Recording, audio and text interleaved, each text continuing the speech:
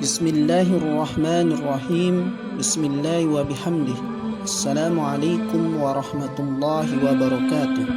Selamat mendengarkan nasihat mulia ini. Bismillahirrahmanirrahim. Bismillah wa bihamdih. Assalamualaikum warahmatullahi wabarakatuh. Alhamdulillahi rabbil alamin. Wa bihi nasta'inu ala umuri dunya waddin. Wassalatu wassalamu ala asrafil anbiya'i wal mursalin Sayyidina Muhammadin wa ala alihi wa sahbihi ajma'in, amma ba'du. Jamaah yang dirahmati oleh Allah Subhanahu wa ta'ala, alhamdulillah, segala puji bagi Allah Subhanahu wa ta'ala yang telah memberikan kita kesehatan, keapiatan, sehingga kita bisa melaksanakan kegiatan baik sampai pada saat hari ini. Salawat dan salam tidak lupa kita haturkan kepada junjungan alam Nabi besar Muhammad Sallallahu Alaihi Wasallam sebagai suri teladan terbaik kita, sebagai penuntun kita dari jalan yang kurang berkenan menuju jalan yang dikenani oleh Allah Subhanahu wa ta'ala. Jamaah yang berbahagia, pada kesempatan yang mulia ini kita akan membahas tentang hikmah di balik anjuran makan sahur. Salah satu ruh ajaran Islam adalah nilai rahmat atau kasih sayang bagi para pemeluknya dalam setiap detail syariat yang diajarkan oleh Islam. Pasti tidak terlepas dari nilai luhur tersebut. Saat berpuasa, kita juga merasakan nilai rahmat itu. Ada banyak sekali, di antaranya adalah dalam kesunahan makan sahur. Ketika kita berbicara tentang makan sahur, kita akan bisa membandingkan orang yang sahur dengan orang yang tidak sahur. Mana yang lebih hebat? Secara akal, pasti kita akan menilai bahwa orang yang tidak sahur dan kuat berpuasa sampai maghriblah yang seharusnya mendapat apresiasi karena telah berhasil melewati seharian penuh menahan lapar dan dahaga tanpa bekal makan sahur. Namun di dalam agama Islam, hal seperti itu tidak menjadi ukuran. Justru mereka yang sahurlah yang lebih layak diberikan apresiasi. Artinya apa? Bahwa lebih hebat orang yang berpuasa dan dengan sahur daripada yang tidak sama sekali. Di dalam hadis Rasulullah Sallallahu Alaihi Wasallam yang diriwayatkan oleh Anas bin Malik, di mana Anas radhiyallahu anhu qala sallallahu alaihi wasallam tasahharu fa inna fis sahuri barakah. Artinya bahwa dari Anas radhiyallahu anhu, Rasul sallallahu alaihi wasallam bersabda, sahurlah kalian karena sesungguhnya dalam sahur itu mengandung keberkahan. Dalam hadis Rasulullah Sallallahu Alaihi Wasallam, sahur lebih dianjurkan untuk dilakukan di penghujung malam menjelang akan waktu subuh. Kalau biasa kita kenal yang disebut waktu imsak. Kemudian kita mencermati hadis yang di atas tadi, orang yang sahur akan mendapatkan keberkahan yang tidak diperoleh bagi orang yang tidak sahur. Di dalam kitab Is'aqu Ahlul Iman di Wazib Syahri Ramadan yang ditulis oleh Syekh Hasan Al-Mahsad, beliau menjelaskan secara logis dan sistematis hikmah di balik kesunahan sahur tersebut. Inilah yang dimaksud dengan memperoleh keberkahan di dalam hadis yang tadi kita sebutkan. Kenapa sahur dianjurkan atau disunahkan?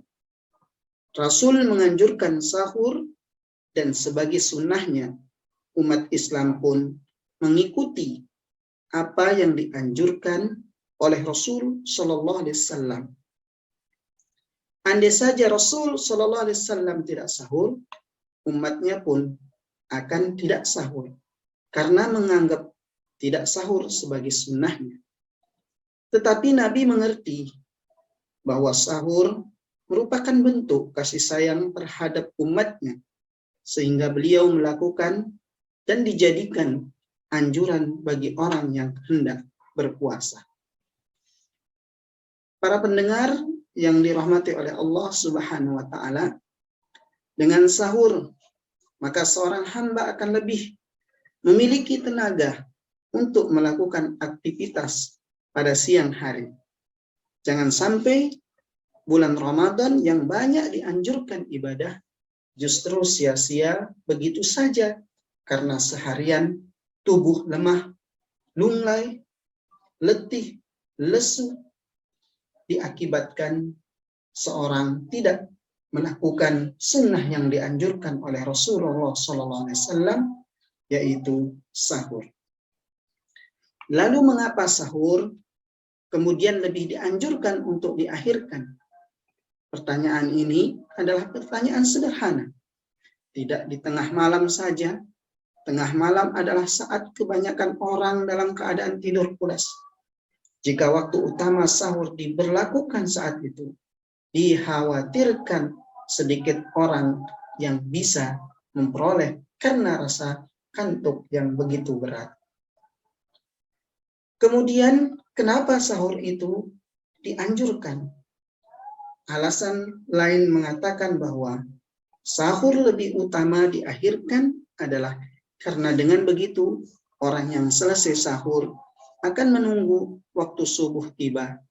Saat-saat menunggu subuh itulah yang bisa digunakan untuk beribadah seperti salat sunnah, membaca Al-Quran, bertasbih, bertahmid, berzikir, mentadaburi Al-Quran, memahami Al-Quran, dan lain sebagainya. Dengan kata lain, pengakhiran sahur adalah upaya agar kita bisa beribadah di waktu sepertiga malam, waktu paling istimewa untuk bermunajat kepada Allah Subhanahu wa Ta'ala, terlebih dulu untuk meraih malam yang disebut dengan Lailatul Qadar. Para pendengar yang dirahmati oleh Allah Subhanahu wa Ta'ala, Al-Imam Al-Bukhari rahimahumullah dalam kitab sahihnya menuliskan satu bab yang membahas tentang orang-orang sahur dan tidak tidur sampai tiba waktu salat subuh. Salah satu hadis yang mengisahkan Sahal bin Sa'ad telah menceritakan kepada kita Ismail bin Abu Uwais dari saudaranya, dari Sulaiman dan dari Abu Hazam, bahwa dia mendengar Sahal bin Sa'ad berkata, suatu kali aku pernah makan sahur bersama keluargaku. Kemudian aku bersegera agar mendapat melaksanakan sholat subuh bersama Rasulullah SAW. Alasan lain mengapa orang yang sahur akan memperoleh keberkahan adalah makan sahur tidak akan dihisab oleh Allah Subhanahu wa Ta'ala. Padahal kita ketahui aturannya adalah segala perbuatan, segala aktivitas akan diminta pertanggungjawaban dalam bentuk hisab. Akan tetapi berbeda dengan sahur. Setiap apa yang kita makan, pada prinsipnya akan dihisab, tetapi sahur tidak akan dihisab. Ada satu hadis Rasulullah SAW di mana ada 3 hal makanan di mana seorang hamba tidak akan dihisab oleh Allah Subhanahu wa taala, yaitu makan sahur, makan saat berbuka puasa yang dinikmati bersama saudara-saudaranya. Sahur menjadi pembeda antara umat muslim dengan orang Yahudi dan Nasrani.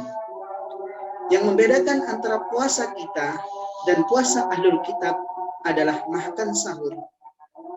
Maka Al-Imam An-Nawawi mengatakan maknanya adalah menjadi pembeda dan keistimewaan antara puasa kita dan puasa mereka, orang Yahudi dan Nasrani, adalah sahur. Karena sungguhnya mereka tidak sahur, sedangkan kita disunahkan untuk sahur. Begitu mulianya ajaran yang diberikan atau yang dicontohkan oleh Nabi Muhammad SAW melalui anjuran sahur saat berpuasa. Kita jadi mengetahui betapa setiap ajaran Islam memiliki nilai luhur yang menunjukkan agama selalu menanamkan rahmat dan kasih sayang terhadap pemeluknya. Lebih dari itu, sekecil apapun ajaran Islam pasti memiliki tujuan yang agung di baliknya. Sekaligus sahur adalah urusan perut semata, namun di baliknya ada hikmah dan tujuan yang bisa kita rasakan, yang bisa didapatkan oleh orang yang bersahur. Oleh karena itu, mari di bulan yang penuh dengan rahmat ini, penuh dengan rahmat yang didukung dengan penuh kasih sayang Allah dan maghfirah Allah, mari kita tanamkan dalam jiwa kita untuk selalu mengamalkan sunnah Rasulullah SAW, yaitu salah satunya adalah bersahur. Karena sungguhnya sahur itu ada berkah di baliknya. Terima kasih. Mungkin ini saja kultum kita pada hari ini.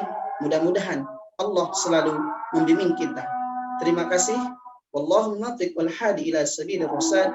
Assalamualaikum warahmatullahi wabarakatuh.